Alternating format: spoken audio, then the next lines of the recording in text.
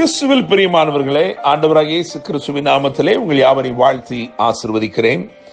இந்த நாளுக்கு இந்த தேவன் நமக்கு அருளி இருக்கிற ஜீவ வார்த்தை ஏசாயா தீர்க்க தரிசன புஸ்தகம் 61 அதிகாரம் 7வது வசனத்தில் இருக்கிறது. உங்கள் வெட்கத்துக்கு பதிலாக இரண்டத்தனையாய் பலன் வரும். என கேட்கிற தேவனுடைய பிள்ளைகளே, இந்த நாள் கர்த்தர் உங்களுக்கு ஈடு செய்யும் ஒரு நாளாக இருக்கிறது. Today is a day in which God will compensate blessings into your life. ஏசாயா 61 அதிகாரத்தை நாம் வாசித்து பார்க்கும்பொழுது 1 முதல் 3 வரையுள்ள வசனங்களில் சிறுமைப்பட்டவர்கள் என்று எழுதியிருக்கிறது, இருதயம் நொறுங்குண்டவர்கள் என்று எழுதியிருக்கிறது, சிறைப்பட்டவர்கள் என்று எழுதியிருக்கிறது, கட்டுண்டவர்கள் என்று எழுதியிருக்கிறது, துயரப்பட்டவர்கள் என்றும் எழுதியிருக்கிறது. என கேட்கிற தேவனுடைய பிள்ளைகளே, ஒரு 5 நிலைமையிலே காணப்படுகிற தவிக்கிற ஜனங்களுக்கு நேராக தேவன் ஒரு வார்த்தை அனுப்புகிறார். உங்கள் வெட்கத்துக்கு பதிலாக இரண்டத்தனையாய் பலன் வரும் என்று சொல்லி. சிறுமைப்பட்ட ஒரு சூழ்நிலையிலே நீங்கள் நடத்தப்படுகிறீர்களோ, உங்கள் இருதயம் நொறுக்கப்பட்டு இருக்கிறதோ, ஏதோ சில சிறையிருப்புகள் உங்கள் வாழ்க்கையை தொடர்ந்து கொண்டே இருக்கிறதோ, அல்லது நீங்கள் கட்டுண்டவர்களாய் ஒரு விடுதலைக்காய் கதறிக்கொண்டிருக்கிறீர்களோ, எல்லாவற்றிலும் நீங்கள் துயரமுள்ளவர்களாய் துயரப்பட்டவர்களாய் துன்பத்தின் நடுவிலே நடந்து கொண்டிருக்கிறீர்களோ, இன்னைக்கு ஆண்டவர் உங்களை பார்த்து சொல்லுகிறார், உங்கள் வெட்கத்துக்கு பதிலாக இரண்டத்தனையான பலன் வரும். என்னை கேட்கிற தேவனுடைய பிள்ளைகளே, இங்கே 5 ஜனங்கள், அதாவது 5 விதமாய் துயரப்படுகிற வேதனைப்படுகிற ஜனங்களை குறித்து பேசுகிற அதே ஆண்டவர் 3 காரியங்களை அவர்களுக்காய் செய்ய போகிறார். அது மாத்திரமல்ல, 3 நிலைமையிலே ஈடு செய்ய போகிறார். இவைகளைத்தான் இந்த நாளிலே தியானிக்க போகிறோம். 1வது வசனத்தை கவனிக்கும் பொழுது அவர் செய்ய போகிற முதல் காரியம் என்னவென்று சொன்னால், அவர் சுவிசேஷத்தை அறிவிக்க போகிறார். என கேட்கிற தேவனுடைய பிள்ளைகளே, சுவிசேஷத்தை அறிவிக்க கர்த்தர் என்னை அபிஷேகம் பண்ணினார் என்று முதல் வசனத்தில் தானே எழுதியிருக்கிறது. இந்த அதிகாரம் முழுவதும் ஆண்டவராகிய இயேசு கிறிஸ்துவை பற்றி எழுதியிருக்கிறபடினாலே நான் நம்புகிறேன், விசுவாசிக்கிறேன், கர்த்தர் தம்முடைய சமூகத்தில் இருந்து இன்னைக்கு உங்களுக்கு ஒரு நல்ல வார்த்தையை, சுவிசேஷம் என்றால் நல்ல வார்த்தை என்று பொருள், ஒரு நல்ல வார்த்தையை வானத்திலிருந்து உங்களுக்கு நேராக அவர் அனுப்புகிறார். God is bringing a good news into your life. நிச்சயமாய் நம்புகிறேன், கர்த்தருடைய நற்செய்தி உங்களுக்குள் வரும் பொழுது உங்க வாழ்க்கையில இருக்கிற எல்லா துர்ச்செய்திகளும் மாறி போகிறது.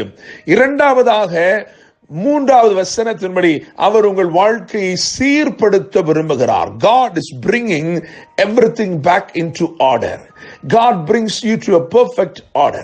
நிச்சயமா நம்புகிறேன், உங்களை சீர்படுத்த அவர் விரும்புகிறார். அவர் சீர்படுத்துவார் என்றால் அவர் புதிதானவைகளை சிருஷ்டிப்பார் என்று பொருள். நிச்சயமா நான் நம்புகிறேன், சுவிசேஷத்தை அனுப்புகிற தேவன் உங்கள் வாழ்க்கையிலே சீர்படுத்த வேண்டியவைகளை சீர்படுத்தி சிருஷ்டிக்க வேண்டியவைகளை நிச்சயமா சிருஷ்டிப்பார். 3வது வசனத்தின் ஒரு பகுதி என்ன சொல்லுகிறது என்றால், அவர் சிங்காரத்தை கொடுக்கிறார் என்று எழுதியிருக்கிறது. நான் நம்புகிறேன், விசுவாசிக்கிறேன், பரலோக மகிமையின் அலங்காரத்தை இன்றைக்கு தேவன் அருளும்படிக்கு விரும்புகிறார். God is bringing beauty into your life. God fashions you for his glory. நிச்சயமாய் நான் நம்புகிறேன், விசுவாசிக்கிறேன், இந்த 3 காரியங்கள் சுவிசேஷம் உங்களுக்கு நேராய் வரப்போகிறது.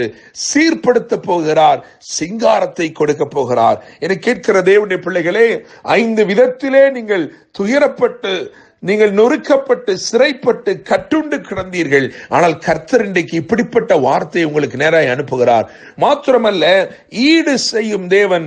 எப்படி ஈடு செய்கிறார்? அநேக காரியங்களை வேதத்தை பார்க்கலாம்.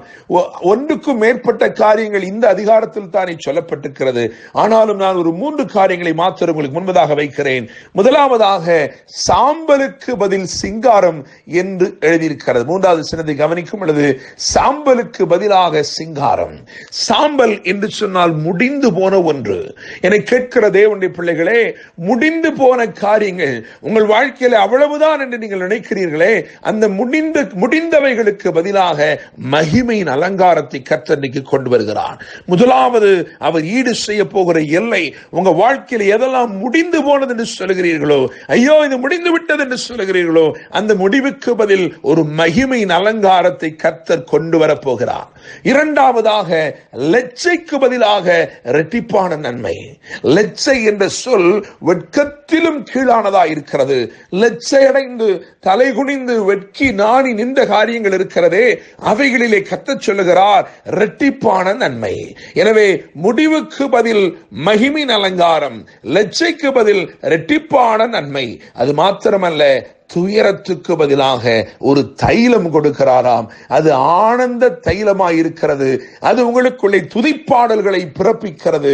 என கேட்கிற தேவனுடைய பிள்ளைகளே, அப்படியே இந்த 61ஆம் அதிகாரத்தின் கடைசிக்கு வரும் பொழுது அங்கே கர்த்தர் சொல்கிறார், கர்த்தராகிய ஆண்டவர் எல்லா ஜாதிகளுக்கு முன்பாக நீதியையும் துதியையும் உழைக்க பண்ணுவார் என்று சொல்லி நான் நம்புகிறேன், விசுவாசிக்கிறேன். உங்கள் வெட்கத்துக்கு பதிலாக இரண்டத்துணையான பலனை இன்றைக்கு கர்த்தர் கொண்டு வந்து உங்களை ஆசீர்வதிப்பாராக.